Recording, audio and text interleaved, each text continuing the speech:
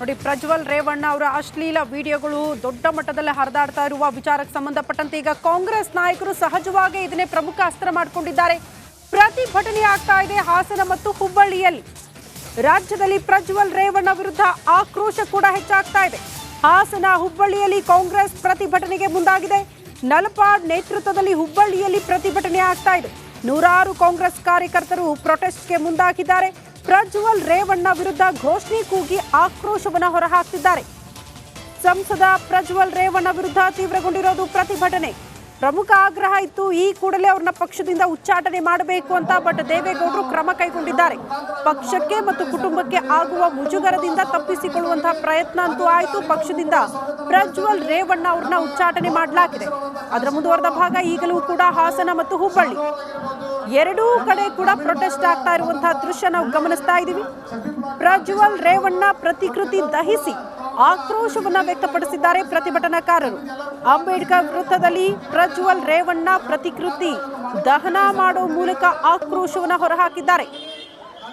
ಎಲ್ಲಾ ಮಹಿಳೆಯರು ಕೂಡ ಹಾಸನದಲ್ಲಿ ಈ ವಿಚಾರಕ್ಕೆ ಸಂಬಂಧಪಟ್ಟಂತೆ ಆಕ್ರೋಶ ಹೊರಹಾಕ್ತಾ ಇರೋದು. ಹೆಣ್ಣು ಮಕ್ಕಳಿಗೆ ರಕ್ಷಣೆ ಎಲ್ಲಿದೆ? ಒಬ್ಬ ಉನ್ನತ ಸ್ಥಾನದಲ್ಲಿರೋರು ಈ ರೀತಿ ಮಾಡಿಬಿಟ್ರೆ ಏನ್ ಮಾಡಬೇಕು ಅನ್ನೋದನ್ನ ಮಹಿಳೆಯರು ಪ್ರಶ್ನೆ ಮಾಡ್ತಿದ್ದಾರೆ. ಒಂದು ಕಡೆ ಮಹಿಳಾ ಮತ್ತು ಮಕ್ಕಳ ಕಲ್ಯಾಣ ಇಲಾಖೆಯ ಸಚಿವರು ಲಕ್ಷ್ಮೀ ಹೆಬ್ಬಾಳ್ಕರ್ ಅವರು ಸುದ್ದಿಗೋಷ್ಠಿ ಮಾಡೋ ಮೂಲಕವೂ ಕೂಡ ಅವರು ಕೂಡ ಆಕ್ರೋಶ ಹೊರಹಾಕಿದ್ದಾರೆ. ಹೋರಾಟಗಾರರಾದಂತ ನಲ್ಪಾಡ್ ಸಾಹೇಬ್ರೆ, ಆಪೋಸಿಷನ್ ಲೀಡರ್ ಆದಂತ ನಮ್ಮ ನಿಮ್ಮೆಲ್ಲರ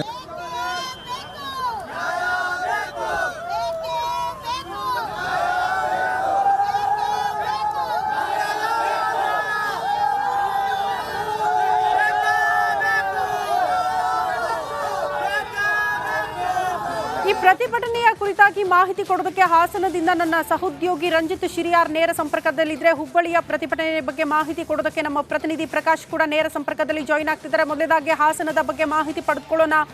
ರಂಜಿತ್, ಒಂದು ಕಡೆ ಪಕ್ಷದಿಂದಲೇ ಪ್ರಜ್ವಲ್ ರೇವಣ್ಣ ಅವ್ರನ್ನ ಉಚ್ಚಾಟನೆ ಮಾಡಲಾಗಿದೆ.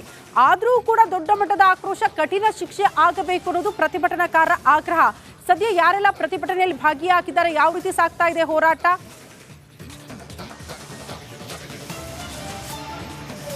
ಕರೆಕ್ಟ್ ಶ್ರುತಿ, ಜೆಡಿಎಸ್ ಪಕ್ಷದಿಂದ ಪ್ರಜ್ವಲ್ ರೇವಣ್ಣ ಅವರನ್ನ ಉಚ್ಚಾಟನೆ ಮಾಡಿ ದೇವೇಗೌಡರು ಆದೇಶವನ್ನು ಹೊರಡಿಸಿದ್ದಾರೆ. ಒಂದು ಕಡೆಯಲ್ಲಿ ರಾಜಕೀಯವಾಗಿ ಆ ರೀತಿಯೆಲ್ಲ ಚರ್ಚೆಗಳಿದ್ರೆ, ಇಲ್ಲಿ ನೋಡಿ ಡಿಸಿ ಕಚೇರಿಯ ಮುಂಭಾಗದಲ್ಲಿ ಪ್ರತಿಭಟನಾಕಾರರು, ಹೇಮಾವತಿ ಸರ್ಕಲ್ನಿಂದ ಬಂದಂಥ ಪ್ರತಿಭಟನಾಕಾರರು ಆಕ್ರೋಶವನ್ನು ವ್ಯಕ್ತಪಡಿಸ್ತಾ ಬ್ಯಾನರ್ಗಳನ್ನು ಹಿಡಿದುಕೊಂಡು ಬಂದು, ಪೋಸ್ಟ್ ಕಾರ್ಡ್ಗಳನ್ನು ಹಿಡಿದುಕೊಂಡು ಬಂದು ಸತ್ಯಭಾಮ ಅವರಿಗೆ, ಮಾನ್ಯ ಜಿಲ್ಲಾಧಿಕಾರಿ ಸತ್ಯಭಾಮ ಅವರಿಗೆ ಮನವಿಯನ್ನು ಸಲ್ಲಿಸೋದಕ್ಕೆ, ಹಕ್ಕೊತ್ತಾಯವನ್ನು ಮಾಡೋದಕ್ಕೆ ಇಲ್ಲಿ ಬಂದಿರುವಂಥ ಪ್ರತಿಭಟನಾಕಾರರು ಗಮನಿಸ್ತಾ ಇದ್ದೀರಿ.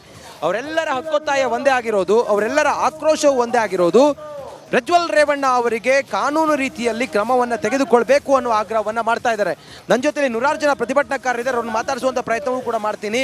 ಅವರೆಲ್ಲರೂ ಕೂಡ ಬೇರೆ ಬೇರೆ ಕಡೆಯಿಂದ ಬಂದವರು, ಅಮಾಯಕ ಸಂತ್ರಸ್ತೆಯರಿಗೆ ನ್ಯಾಯ ಸಿಗಬೇಕು ಅನ್ನೋ ಮಾತನ್ನು ಅವ್ರು ಹೇಳ್ತಾ ಇದ್ದಾರೆ. ಮೇಡಮ್, ಈ ಕಡೆ ಬನ್ನಿ ಮೇಡಮ್, ಏನು ಹೇಳ್ತೀರಿ? ಈಗ ಪ್ರಜ್ವಲ್ ರೇವಣ್ಣ ಅವ್ರನ್ನ ಪಕ್ಷದಿಂದ ಉಚ್ಚಾಟನೆ ಮಾಡಿದ್ದಾರೆ ಅನ್ನೋದು ಮಾಹಿತಿ ಇದೆ. ಅದ್ರ ನಡುವೆ ತಾವೆಲ್ಲರೂ ಅವರ ಬಂಧನ ಆಗಬೇಕು ಅಂತೇಳಿ ಆಗ್ರಹ ಮಾಡ್ತಾ ಇದ್ದೀರಿ. ಈ ಹೊತ್ತಿಗೆ ಏನು ಹೇಳ್ತೀರಿ ಮೇಡಮ್? ಖಂಡಿತ ಅವರ ಬಂಧನ ಆಗಲೇಬೇಕು. ಮತ್ತೆ ಈ ಸಮಾಜದಲ್ಲಿ ಆಗ್ತಾ ಇರ್ತಕ್ಕಂತಹ ಅನ್ಯಾಯವನ್ನ ಯಾವುದೇ ಒಂದು ಗುಂಪು, ಯಾವುದೇ ಒಂದು ಜನಾಂಗ ಸರಿಪಡಿಸೋದಕ್ಕೆ ಸಾಧ್ಯ ಇಲ್ಲ. ಹಾಗಾಗಿ ನಾನು ಮಾಧ್ಯಮದವ್ರ ಹತ್ರ ಇವತ್ತು ಒಂದು ವಿಚಾರವನ್ನ ಕೇಳಲೇಬೇಕು ಅಂತ ಅನ್ಕೊಂಡಿದ್ದೀನಿ. ನೀವು ಇದನ್ನ ಟೆಲಿಕಾಸ್ಟ್ ಮಾಡ್ತಿರಲ್ವೋ ನನಗೆ ಗೊತ್ತಿಲ್ಲ, ಆದ್ರೆ ನಾನು ನಿಜವನ್ನ ಲೈವ್ ಹೋಗ್ತಾ ಇದೆ ಮೇಡಮ್.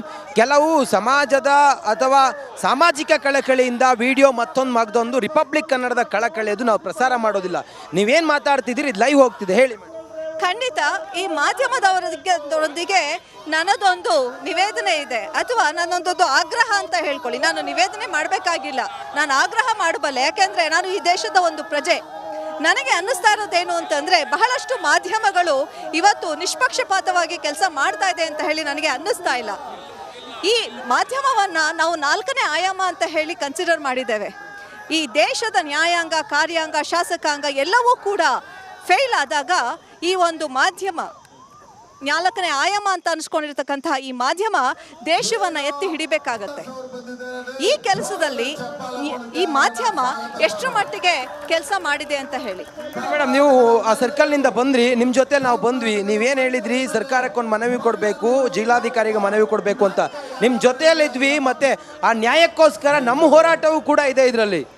ನಿಮ್ಮ ಹೋರಾಟ ಇದ್ರೆ ನಾನು ಅದಕ್ಕೆ ನಿಜವಾಗ್ಲೂ ನಿಮ್ಮನ್ನ ವಂದಿಸ್ತೇನೆ. ಆದರೆ ಇದೇ ರೀತಿ ಈ ರಾಜ್ಯದಲ್ಲಿ ಬೇರೆ ಹಲವಾರು ಘಟನೆಗಳು ನಡೀತು, ಈ ದೇಶದಲ್ಲಿ ಕೂಡ ಹಲವಾರು ಘಟನೆಗಳು ನಡೀತಾ ಇದೆ. ಆದರೆ ಆ ಘಟನೆಗಳಲ್ಲಿ ನೀವು ಎಷ್ಟರ ಮಟ್ಟಿಗೆ ಜನರಿಗೆ ಸತ್ಯವನ್ನ ತಿಳಿಸಿದ್ದೀರಾ ಅನ್ನತಕ್ಕಂಥದ್ದು ನನ್ನ ಪ್ರಶ್ನೆ.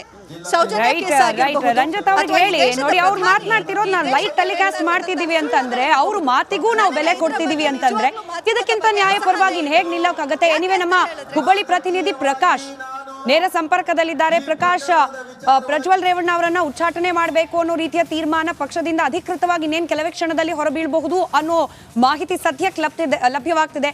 ಏನ್ ಹೇಳ್ತಾರೆ ಪ್ರತಿಭಟನೆ ಮಾಡ್ತಿರೋರು ಆ ಭಾಗದಲ್ಲಿ?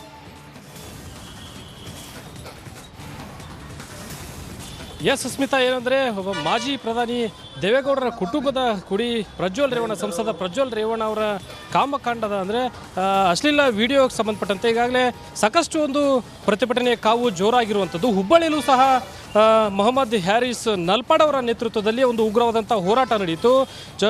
ಸಾಕಷ್ಟು ನೂರಾರು ಮಹಿಳಾ ಕಾರ್ಯಕರ್ತರಿರ್ಬೋದು, ಕಾಂಗ್ರೆಸ್ನ ಕಾರ್ಯಕರ್ತರು ಈ ಒಂದು ಪ್ರತಿಭಟನೆಯಲ್ಲಿ ಭಾಗಿಯಾಗುವ ಮೂಲಕ ಪ್ರಜ್ವಲ್ ರೇವಣ್ಣ ಅವರ ವಿರುದ್ಧ ಸಾಕಷ್ಟು ಆಕ್ರೋಶವನ್ನು ಹೊರಹಾಕಿದರು. ಜೊತೆಗೆ JDS ಪ್ರಮುಖ ನಾಯಕರು ಅದೇ ರೀತಿ ಅವರ ಕುಟುಂಬಸ್ಥರ ವಿರುದ್ಧ ಸಾಕಷ್ಟು ಒಂದು ಆಕ್ರೋಶವನ್ನು ಹೊರಹಾಕಿದರು. ಜೊತೆಗೆ BJPಯ ನಾಯಕರ ವಿರುದ್ಧವೂ ಸಹಿತ ಸಾಕಷ್ಟು ಆಕ್ರೋಶ, ಅಸಮಾಧಾನವನ್ನು ಹೊರಹಾಕಿದರು. ಪ್ರಮುಖ ಏನಂದರೆ ಈ ವಿಚಾರಕ್ಕೆ ಸಂಬಂಧಪಟ್ಟಂತೆ BJPಯ ಯಾವೊಬ್ಬ ನಾಯಕರು ಸಹ ತುಟಿ ಪಿಟ್ಟಕ್ಕಂತ ಇಲ್ಲ, ಯಾಕೆ ಈ ವಿಚಾರದಲ್ಲಿ ಅವರು ಬಾಯಿ ಬಿಡ್ತಾ ಇಲ್ಲ, ಮಾತಾಡ್ತಿಲ್ಲ ಅಂತಕ್ಕಂಥ ಒಂದು ಅಸಮಾಧಾನ, ಆಕ್ರೋಶ ಕೂಡ ಇಲ್ಲಿ ಕೇಳಿ ಬಂದಿರುವಂಥದ್ದು. ಜೊತೆಗೆ ಪ್ರಜ್ವಲ್ ರೇವಣ್ಣ ಅವರ ಪ್ರತಿಕೃತಿಯನ್ನು ದಹನ ಮಾಡುವ ಮೂಲಕ ಅವರನ್ನು ಬಂಧನ ಮಾಡಬೇಕು. ಯಾಕಂದರೆ ಪ್ರಮುಖವಾಗಿ ರಾಜ್ಯದಾದ್ಯಂತ ಸಾವಿರಾರು ಹೆಣ್ಮಕ್ಳ ಮೇಲೆ ಒಂದು ದೌರ್ಜನ್ಯವನ್ನು ಎಸಗಿದ್ದಾರೆ ಅಂತಕ್ಕಂಥ ಆರೋಪವನ್ನು ಮಾಡುವ ಮೂಲಕ ಪ್ರಜ್ವಲ್ ರೇವಣ್ಣ ಅವ್ರನ್ನ ಅಮಾನತು ಮಾಡೋದ್ರ ಜೊತೆಗೆ ಈಗಾಗಲೇ ಸಾಕಷ್ಟು ಒಂದು ಆಗ್ರಹ ಕೇಳಿಬಂದಿತ್ತು. ಈ ಹಿನ್ನೆಲೆಯಲ್ಲಿ ಅವ್ರನ್ನ ಬಂಧನ ಮಾಡಬೇಕು, ಎಲ್ಲೇ ಇದ್ರೂ ಸಹಿತ ಅವ್ರನ್ನ ಹುಡುಕಿ ಬಂಧನ ಮಾಡುವ ಮೂಲಕ ಅವರಿಗೆ ಉಗ್ರವಾದಂಥ ಶಿಕ್ಷೆಯನ್ನು ವಿಧಿಸಬೇಕು ಅಂತಕ್ಕಂಥ ನಿಟ್ಟಿನಲ್ಲಿ ಕಾಂಗ್ರೆಸ್ನ ಮಹಿಳಾ ಕಾರ್ಯಕರ್ತರು, ಅದ್ರ ಜೊತೆಗೆ ಯೂತ್ ಕಾಂಗ್ರೆಸ್ನ ಎಲ್ಲ ಸದಸ್ಯರು, ಅದೇ ರೀತಿ ಸಾಕಷ್ಟು ನೂರಾರು ಸಂಖ್ಯೆಯಲ್ಲಿ ಅಂಬೇಡ್ಕರ್ ವೃತ್ತದಲ್ಲಿ ಜಮಾವಣೆ ಆಗುವ ಮೂಲಕ ಪ್ರಜ್ವಲ್ ರೇವಣ್ಣ ಅವರ ಪ್ರತಿಕೃತಿಯನ್ನು ದಹನ ಮಾಡೋ ಜೊತೆಗೆ ಸಾಕಷ್ಟು ಒಂದು ಆಗ್ರಹವನ್ನು ಮಾಡಿರ್ತಕ್ಕಂಥದ್ದು. ಪ್ರಜ್ವಲ್ ರೇವಣ್ಣ ಅವ್ರನ್ನ ಅಂದರೆ ಈಗಾಗಲೇ ಪರಾರಿ ಆಗಿದ್ದಾರೆ ಅಂತಕ್ಕಂಥ ಮಾತುಗಳು ಕೇಳಿಬರ್ತಾ ಇದೆ. ಅವರನ್ನು ಹುಡುಕಿ ಅವರನ್ನು ಬಂಧನ ಮಾಡುವುದರ ಜೊತೆಗೆ ಅವರಿಗೆ ಉಗ್ರವಾದಂಥ ಶಿಕ್ಷೆಯನ್ನು ವಿಧಿಸಬೇಕು. ಇಲ್ಲದೆ ಹೋದಲ್ಲಿ ಅವರಿಗೆ ರೈಟ್. ಧನ್ಯವಾದ ಪ್ರಕಾಶ್ ಮಾಹಿತಿಗಾಗಿ.